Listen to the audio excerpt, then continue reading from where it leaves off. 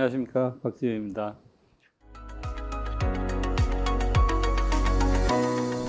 선수 생명이 이렇게 길다고 볼 수는 없는데 아무튼 그 시기에 딱 의료진 입장에 제가 그런 환자들을 보면 부담이 되더라고요. 예를 들면 저는 많지는 않지만 한 2달 후에 이렇게 큰 대회가 있습니다. 국제대회. 근데 이제 어깨나 이런 데 와서 오시면 그 대회는 나가야 하잖아요. 그런데 여기 문제 때문에 마판 훈련을 이렇게 스피드를 못 내니까 그런 경우에 너무 저는 어렵던데 교수님 어떻게 해요? 유소년 때 얼마나 손상을 입었는지를 생각을 해야 돼요. 우리나라의 야구를 같으면 전국의 초등학교 리틀리그가 4,000명이 있어요. 중학교가 3,000명, 고등학교가 2,000명이 운동을 해요. 그리고 프로에 1년에 뽑는 선수가 한 구단에 10명씩 100명을 뽑아요.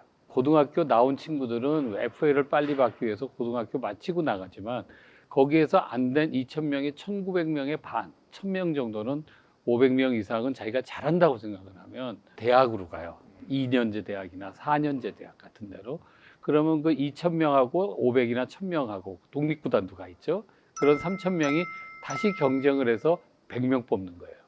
그러면 자기가 프로에 들어갈 확률이 3%잖아요. 그러면 그 선수들이 그거를 하기 위해서 경기를 많이 해야 되는 상황이 된 거죠. 이번에 10개 구단에 뽑혔던 선수들의 예전 조사에 따르면 한 70%가 어깨 팔꿈치가 아파요.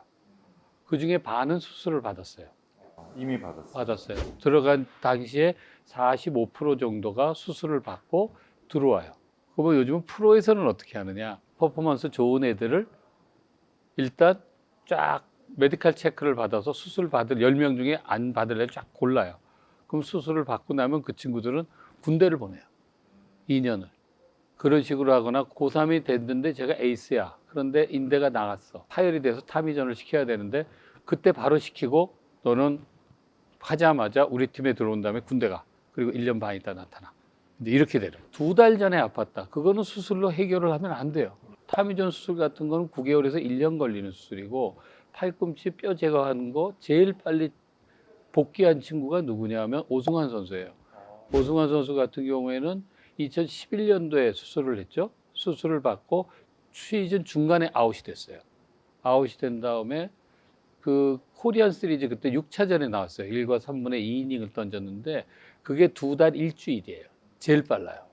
보통 나오는 게 석 달 정도 지나야 보통 경기에 팔꿈치에 뼈 제거하는 거는 대부분 나올 수가 있거든요.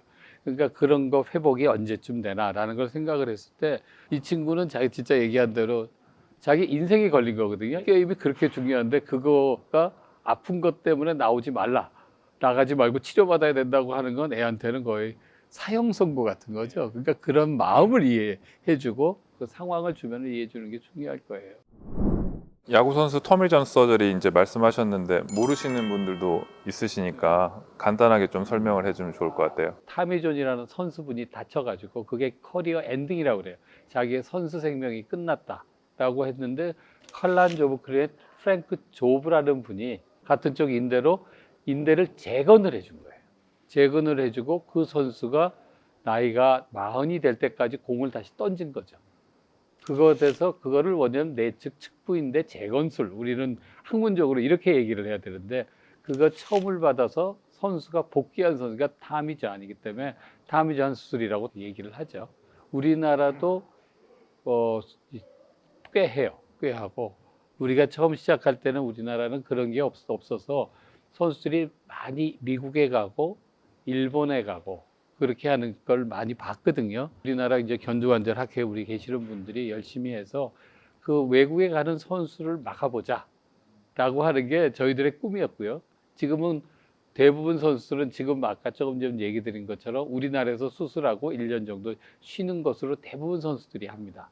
뭐 회전근개 파열, 뭐 불안정증 있는 환자분들, 재발성 탈구 있는 분들, 우리나라 환자 병원에 대학병원 가시면 많이 보실 거예요. 외국 분들, 동양인 같지 않은 분들도 오시는 분들 많고, 그게 이제 저희들이 몇십 년 동안 공부해서 발전한 거죠.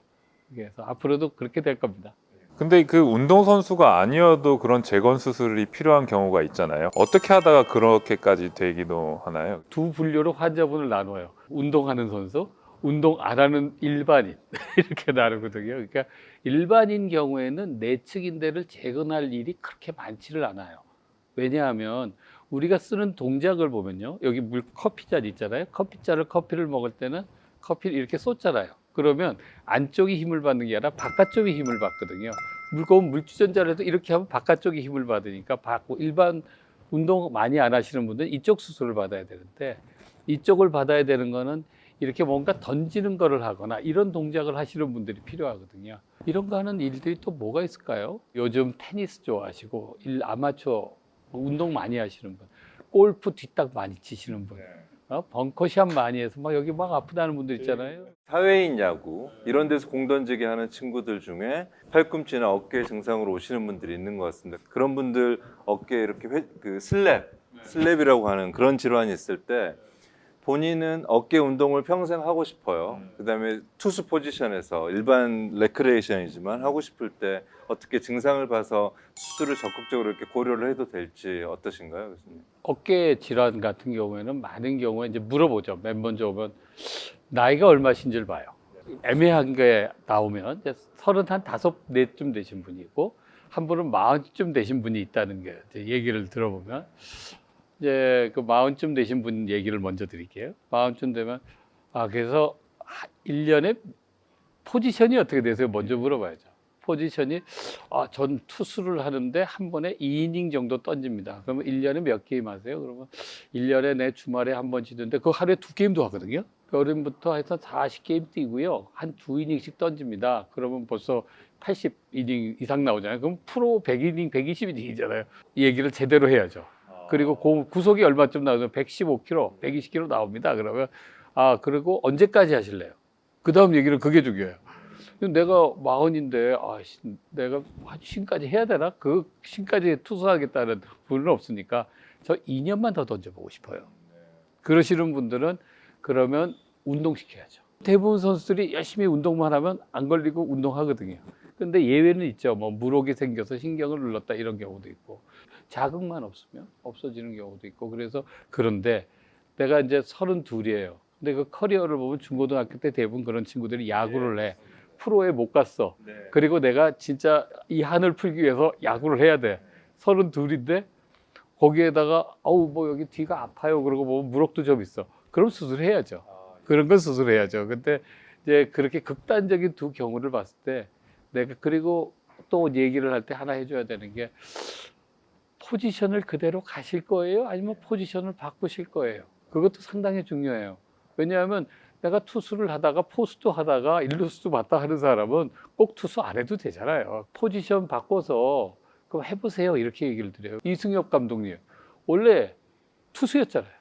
근데 지금 타자 하다가 감독님 하시잖아요. 그거 바꾸면 되잖아요. 그렇게 해서 크게 문제가 없는 분은 그렇게 이제 바꿔서 포지션 바꿔서 가보자고 얘기들을 하죠. 프로야구 협의회랑 함께 네. 어떤 선수들을 보호하기 위한 것도 만드셨잖아요. 그건 어떻게 이제 하게 되신 건지. 우리나라에 저희 다 꿈꾸는 게 몇 개가 있어요. 모든 프로 단체의 의무위원회를 만든다.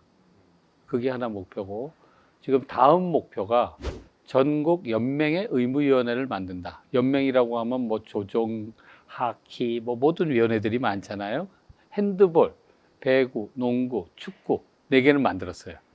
지금 야구를 재작년에 처음 만들었어요. 정부의 팀닥터를 모아서 협의회를 하고 이제 그런 식으로 하다가 이제 그게 어느 정도 숙성이 되면서 의사들이 필요하다는 거를 알게 되고 모두 돕고 이래서 올해는 플레이오프에 전부 다 필드 닥터를 집어넣었어요.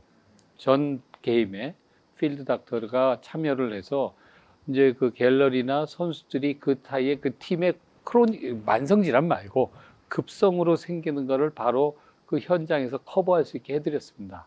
그러려면 팀 닥터도 자연히 있어야 되거든요. 그러니까 그런 식으로 지금 또 야구에서도 좋은 소식이 들리지 않을까 싶습니다. 어떻게 보면 발상의 전환이네요. 저 필드에서 직접 이렇게 호흡하며 의사들도 이렇게 하는 게 제 의료진에게도 되게 이렇게 다른 경험이고 좋은 배움일 것 같다는 생각이 듭니다. 근데 유소년 선수들, 특히 이렇게 던지기 하는 선수들 어렸을 때부터 이닝 수를 관리하고 미래에 이제 우리 국가대표들이 될 유소년 선수들이나 부모님들도 보고 계실 것 같은데 그 어떻게 중고등학교 때 관리를 해서 좋은 선수로 갈 수 있는 길이 있는지 이런 이 스포츠학적인 관점에서 한 말씀 부탁드리겠습니다. 보통 우리가 팔꿈치가 성장이 끝나는 게 14, 5세 전후거든요.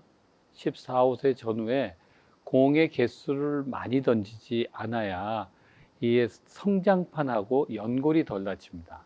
그래서 덜 다쳐서 우리나라 야구 소프트볼 연맹하고 KBO 프로야구죠. 프로야구에서 소프트볼 연맹에 많은 지원을 해주는데 거기에서 유소년 야구에 대한 나이가 13세, 15세, 17세 이렇게 가이드라인이 다 있어요. 그래서 몇 이닝을 이상 던지지 못한다. 그건 법적으로 규제가 되는데 대부분 권고사항이에요. 권고사항이어서 만일에 이제 이런 문제가 있어요. 이 친구가 에이스야. 근데 이 팀에는 에이스 투수가 하나밖에 없어. 근데 6이닝은 못 던지게 하니까 그날 한 2, 3이닝 던지고 그 다음날 게임 이틀 있으면 던지면 또 던지게 하고 그냥 그러면 누적이 되는 거죠. 그리고 토탈 이닝 수도 있고요. 개수도 있고 개수가 몇 개가 넘으면 거기 이상은 던지지 못하게 하는 것 규정도 있어요. 그게 나이별로 다 다르고 그래서 그걸 하는데 그게 풀리는 나이가 17세입니다. 17에서 18세부터는 이제 그게 프로같이 거의 동일하게 갈 수가 있거든요. 그거를 위해서 KBO의 의무위원회에서 그거를 주최를 해서 어떻게 하면 손상을 덜 보게 하느냐. 유소년 감독님들이나 트레이너분들을 모아놓고 저희들이 이제 강의도 하고 했죠. 그래도 선수들이 좀 덜 다치게 해두도록 감독님한테 교육을 계속 저희들이 하고 있습니다. 자, 오늘의 어깨 건강 팁 하나. 가슴 쫙입니다. 가슴을 쫙 펴시고 하늘을 높이 보세요. 그 볼 때 하시는 게 견갑골 뒤에 날개뼈라 그러죠. 날개뼈 안쪽에 아랫부분이 쫙 붙도록 하시는 거세요. 이거를 할 때 한 5초 정도는 힘을 주고 계셔야 돼요. 하루에 한 10번에서 20번 하셔야 됩니다.